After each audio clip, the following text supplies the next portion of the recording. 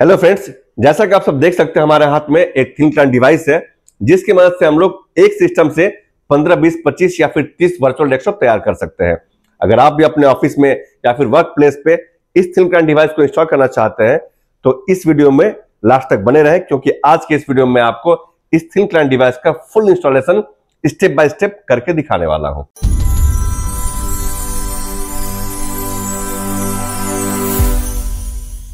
मैं हूं गौतम और आप देख रहे हैं आपका अपना YouTube चैनल नॉलेज वर्ल्ड। जी हां दोस्तों, इस चैनल पर मैं आपके लिए रेगुलर बेसिस पे ऐसे इंफॉर्मेटिव वीडियोस लेकर आता रहता हूं। तो अगर आप हमारे इस चैनल पर नए हैं तो प्लीज हमारे इस चैनल को सब्सक्राइब करें, लाइक करें और बेल आइकन दबाना बिल्कुल भी न भूलें, क्योंकि इससे ही आपको हमारे अगले वीडियो की नोटिफिकेशन सबसे पहले मिलने वाली है। तो चलिए बिना देरी के शुरू करते हैं आज का ये वीडियो। हमारे पास एक मेन सिस्टम है और इस मेन सिस्टम की मदद से आज मैं आपको इन सारे सिस्टम को, जो कि यहाँ 5 इधर हो गए, इस तरफ 6 सिस्टम हो गए और इस लैब में आइए मैं दिखाता हूं आपको। और इस लैब में टोटल 13 सिस्टम हो गए, आप देख सकते हैं। और उस लैब में देखिए सामने की तरफ आपको वो 2 और सिस्टम दिखेंगे, वो 2 सिस्टम। तो टोटल 26 सिस्टम है जिसको आज मैं मेन सिस्टम से इस थिन क्लाइंट डिवाइस की मदद से कनेक्ट करके दिखाने वाला हूं। इसके लिए हमें सबसे पहले इस थिन क्लाइंट डिवाइस को हर मॉनिटर के पीछे इंस्टॉल करना होगा।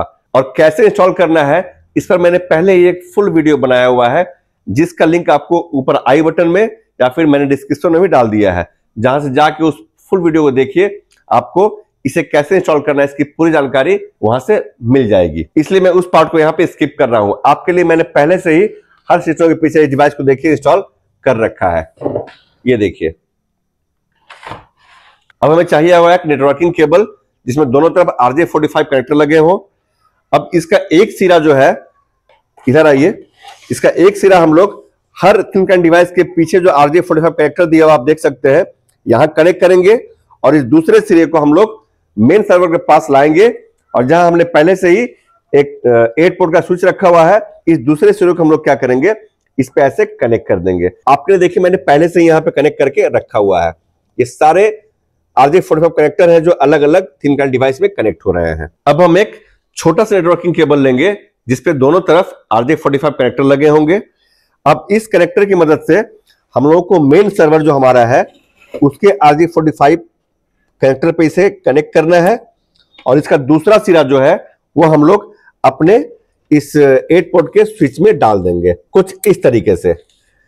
अब ऐसा करने से क्या हुआ, देखिए हमारा मेन सर्वर से जो नेटवर्किंग केबल के थ्रू कनेक्शन चला गया हमारे इस 8 पोर्ट के स्विच में और इस स्विच से कनेक्शन चला गया हमारे बाकी सारे सिस्टम में। अब आइए मैं आपको ले चलता हूं अपने मेन सिस्टम पे और दिखाता हूं कि इस पे हम लोगों को क्या क्या सेटअप करना है। आज मैं आपको विंडोज 11 पर कैसे सेटअप करना है वो बताने वाला हूं, बट किन्हीं के पास विंडोज 7 भी अगर है तो विंडोज 7 में हम लोग इस थिंकटैंक डिवाइस का सेटअप कैसे करते हैं इसकी पूरी जानकारी के मैंने एक वीडियो बना रखा है, जिसका लिंक आपको ऊपर आई बटन में मिल जाएगा या फिर मैंने डिस्क्रिप्शन में भी डाल दिया है। वहां से जाके आप विंडोज 7 का फुल इंस्टॉलेशन कैसे करते हैं इसकी पूरी जानकारी आप वहां से ले सकते हैं। तो आइए हम आते हैं विंडोज 11 के लिए अपने सिस्टम पे और दिस पीसी पर राइट क्लिक करेंगे, देन शो मोर ऑप्शन पे चलेंगे और यहां से हम लोग चले आएंगे मैनेज पे। इसके बाद आपको यहां देखिएगा लोकल यूजर्स एंड ग्रुप, हम लोग इसको सेलेक्ट करेंगे और यूजर्स पे डबल क्लिक करेंगे। देन यहां राइट क्लिक करके हम लोग जितने सिस्टम को कनेक्ट करना है उतना यूजर यहां पे हम लोग डिफाइन करेंगे, जैसे मैं करके दिखा रहा हूं, आप देख लीजिए। पहला यूजर हमारा है G1, टैप करके हम लोग आगे बढ़ेंगे। पासवर्ड दे देना है हमें, आप जो पासवर्ड रखना चाहें, मैं 1 डाल दे रहा हूं। देन टैप से आगे बढ़ना है, इस चेकबॉक्स को अनचेक करना है।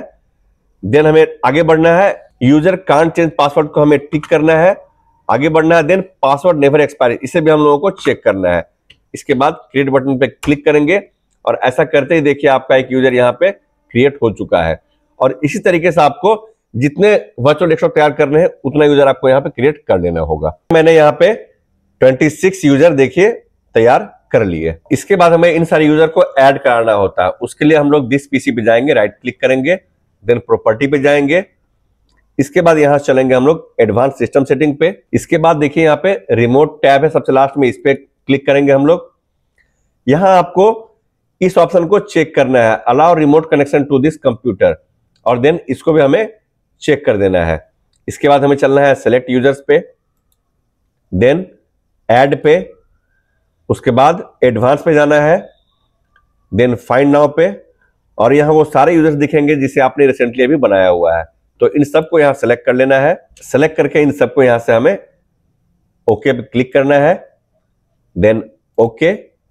आप देख सकते हैं यहां पे सारा का सारा यूजर हमारा यहां पे ऐड हो चुका है। Then okay, then okay. अब हमने यूजर भी ऐड कर लिया। अब आपको एक बात का खास ख्याल रखना है कि हमें सिस्टम का जितना भी फायरवॉल है उसे ऑफ कर देना है। अगर आपने एंटीवायरस इंस्टॉल किया हुआ है तो उसे भी हम लोगों को ऑफ कर देना है। तो आइए हम यहां चलते हैं विंडोज सिक्योरिटी में। ओपन करने के बाद सबसे पहले वायरस एंड थ्रेट प्रोटेक्शन पे चलेंगे और यहां से हम चलेंगे मैनेज सेटिंग पे और यहां जो रियल टाइम प्रोटेक्शन इसे ऑफ कर देंगे। यस। इसके बाद चलेंगे हम लोग यहां से फायरवॉल एंड नेटवर्क प्रोटेक्शन पे और यहां से मैंने पहले ही देखिए इन सारे को ऑफ करके रखा हुआ है। तो ये ध्यान रखिए आप इसे जरूर से जरूर ऑफ करना है। अब इसके बाद हमें इस मेन सिस्टम की आईपी सेटिंग करनी होगी। इसके लिए हमें चलना होगा या नेटवर्क ऑप्शन पे राइट क्लिक करेंगे, नेटवर्क एंड इंटरनेट सेटिंग पे चलना होगा, एडवांस नेटवर्क सेटिंग पे क्लिक करना होगा। इसके बाद हमें इंटरनेट ऊपर दिख रहा है, इस पे क्लिक करना होगा। देन देखिए यहां पे मोर आफ्टर ऑप्शन, इस पे एडिट का ऑप्शन आएगा, इसे क्लिक करना पड़ेगा। अब यहां जो आपको दिख रहा है इंटरनेट प्रोटोकॉल वर्जन 4, इस पे हमें डबल क्लिक करना होगा। यहां से आ रहा ऑब्टेन आईपी एड्रेस ऑटोमेटिकली, हमें सिलेक्ट करना होगा use the following IP address. अब यहां हम इसे आईपी एड्रेस असाइन करेंगे, इसको बड़े ध्यान से असाइन करना है आपको। यहां हम लोग टाइप कर रहे हैं 192.168.1.100, यानी हमारे मेन सर्वर का आईपी क्या हो रहा है 100। टैप करेंगे, सबनेट मास्क ऑटोमेटिक ये ले लेगा। देन डिफॉल्ट गेटवे पे आना है और हमें यहां टाइप करना होगा 192.168.1.1, then okay, then okay. Then इसे हम क्लोज कर देंगे। ये हमने मेन सिस्टम का सेटिंग कर दिया। अभी एक सेटिंग बाकी है, बट इसके पहले मैं आपको ले चलता हूं अपने थिन क्लाइंट वाले सिस्टम पे। आइए और यहां देखिए हमें क्या क्या सेटिंग करना है। यहां देखिए आपको कुछ ऐसा इंटरफेस दिखेगा, इसे हमें चलना है, सेटिंग वाले ऑप्शन पे क्लिक करना है और यहां देखिए डीएचसीपी आईपी हमें सिलेक्ट करना होगा, यह स्टैटिक आईपी, और यहां पे एक आईपी असाइन करेंगे हम लोग जो होगा हमारा 192.168.1.101। ये हमारा G1 सिस्टम है, इसलिए हम डाल रहे हैं 101। G2 पे डालेंगे 102, ऐसे करके। सबमिट मार्क्स डालना होगा हमें 255.255.255.0। इसे बड़ी सावधानी से आप एंटर करेंगे। एंड रूट पे डालना पड़ेगा हमें 192.168.1.1। इसे सेव कर देना होगा। ओके। अब चलना होगा हमें कनेक्ट पे और यहाँ एक यूजर क्रिएट करना पड़ेगा।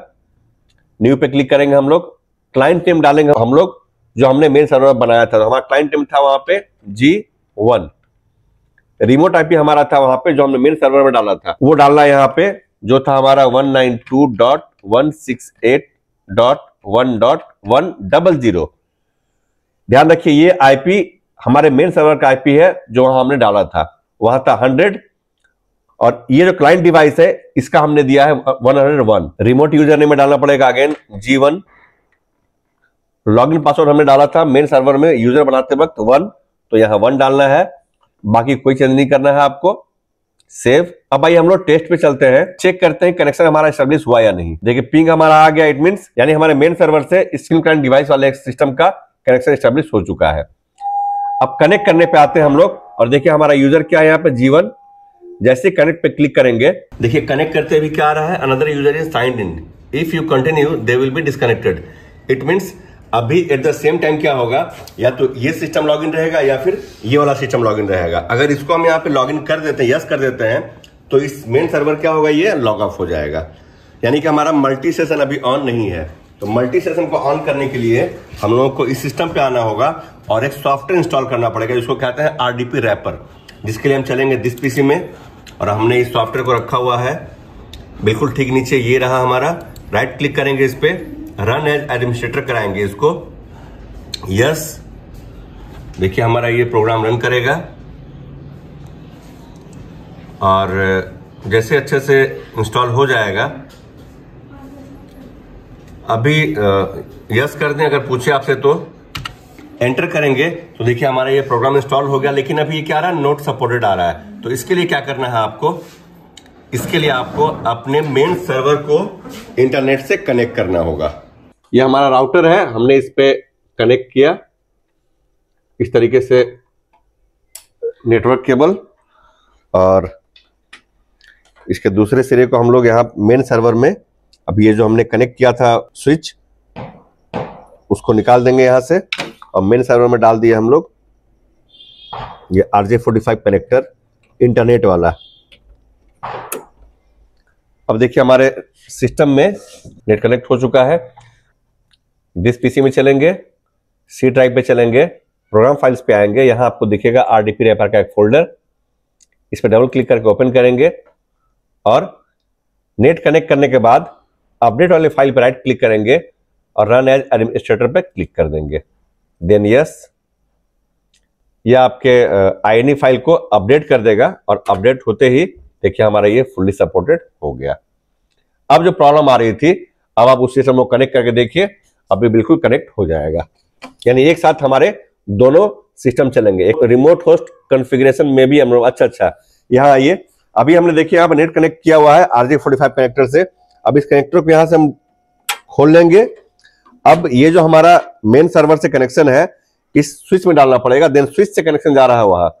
तो हमें क्या करना होगा, इस केबल को RJ45 कनेक्टर को जस्ट इसके RJ45 कनेक्टर पे मेन सर्वर के पीछे कनेक्ट कर देना। और कनेक्ट करते ही कनेक्शन चला गया हमारा स्विच में, और स्विच से जा रहा है हमारे सिम कार्ड डिवाइस को।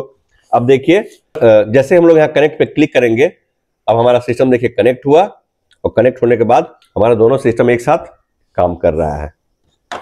अब इसी तरीके से हमें बाकी सारे सिस्टम में भी यूजर क्रिएट करना होगा, जैसे हमने इस जीवन वाले सिस्टम में किया, बाकी सब में करना होगा। चलिए मैं आपको करके फिर दिखाता हूं। सारा सेटअप करने में काफी टाइम लगता है। देखिए ये G21 है जो हमने यूजर बनाया था, इसको मैं यहाँ पे लॉगिन कर रहा हूं और देखिए ये लॉगिन हो रहा है। G21 यूजर था वो यहाँ पे कनेक्ट हो रहा है।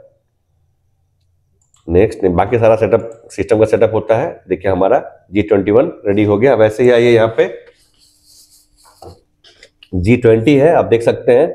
इसे भी चलिए हम कनेक्ट पे क्लिक करके कनेक्ट करते हैं, और देखिए G21 यूजर भी हमारे यहाँ पे कनेक्ट हो रहा है। ये भी देखिए हमारा कनेक्ट हो चुका है। इसके बाद आगे आइए यहाँ पे, ये देखिए इस लैब में ये G19 यूजर है जो हमने बनाया था, इसे भी हम कनेक्ट कर रहे हैं, और ये भी देखिए सक्सेसफुली कनेक्ट हो रहा है आपका। क्योंकि डेस्कटॉप पहली बार प्रिपेयर हो रहा है, इसलिए ये सारा चीज थोड़ा सेटअप करने में टाइम लगता है। ये नेक्स्ट कर दें हम लोग। ये देखिए विंडोज 11 आपका यहाँ पे चलना स्टार्ट हो गया। इस पे आइए, ये G18 है, देखिए इसी में मैं यहाँ पे लॉगिन करके कनेक्ट कर दे रहा हूं। ये भी देखिए कनेक्ट हो रहा है हमारा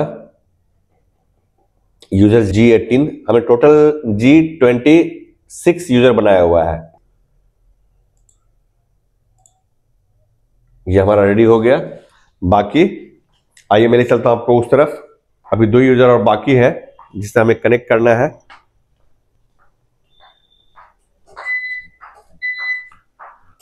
ये देखिए हमारा यहाँ पे G25 जो यूजर बनाया था वो यहाँ पे है, इससे हम लोग कनेक्ट करते हैं, और देखिए हमारा G25 यूजर यहाँ कनेक्ट हो रहा है हमारे मेन सिस्टम से। क्योंकि पहली बार डेस्कटॉप प्रिपेयर हो रहा है तो ये थोड़ा सा कुछ फॉर्मेलिटीज पूरा करता है, ये एक्सेप्ट। अब देखिए हमारा ये G21 रेडी हो गया। अब यहाँ सॉरी G25 रेडी हो गया। अब देखिए लास्ट जो हमने बनाया था यूजर G26, यानी एक सिस्टम से हमने टोटल 26 डेस्कटॉप को तैयार किया है थिन क्लाइंट की मदद से। चलिए इसको कनेक्ट करके हम लोग देख लेते हैं। और देखिए हमारा लास्ट G26 यानी 26वां जो सिस्टम था वो भी थिन क्लाइंट की मदद से कनेक्ट हो रहा है, और ये कनेक्ट हो चुका है। और इस तरीके से आप देख सकते हैं हमने एक मेन सिस्टम से टोटल 26 वर्चुअल डेस्कटॉप हमने थिन क्लाइंट का यूज करके तैयार कर दिया। देखिए हमारा सारा सिस्टम अभी ऑन भी है। इस तरफ देखिए, इधर से सिस्टम हो गया। अब इस तरफ आ जाइए, इस लैब में और यहां भी आप देख सकते हैं टोटल 13 सिस्टम इधर रेडी हो गए। इस तरीके से सारा सिस्टम हमारा तैयार हो गया।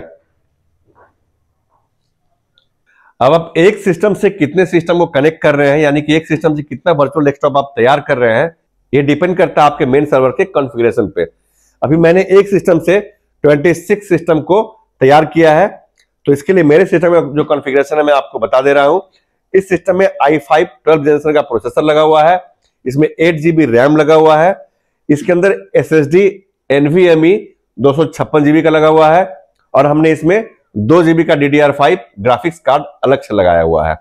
तब मैं इस पे आराम से Photoshop, Corel Draw, MS office का सारा वर्क इजीली हो जाता है। तो आपका मेन सिस्टम जितना पावरफुल रहेगा, आप उतना ज्यादा सिस्टम इस पे कनेक्ट कर पाइएगा। इस बात का ध्यान रखना जरूरी है। और थिन क्लाइंट से रिलेटेड कोई भी अगर प्रॉब्लम हुआ आपको इस वीडियो को देखने के बाद भी, तो आप मुझे कमेंट जरूर करें।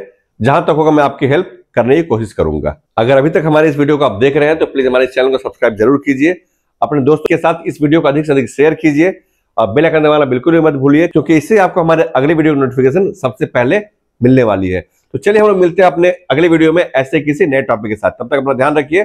धन्यवाद।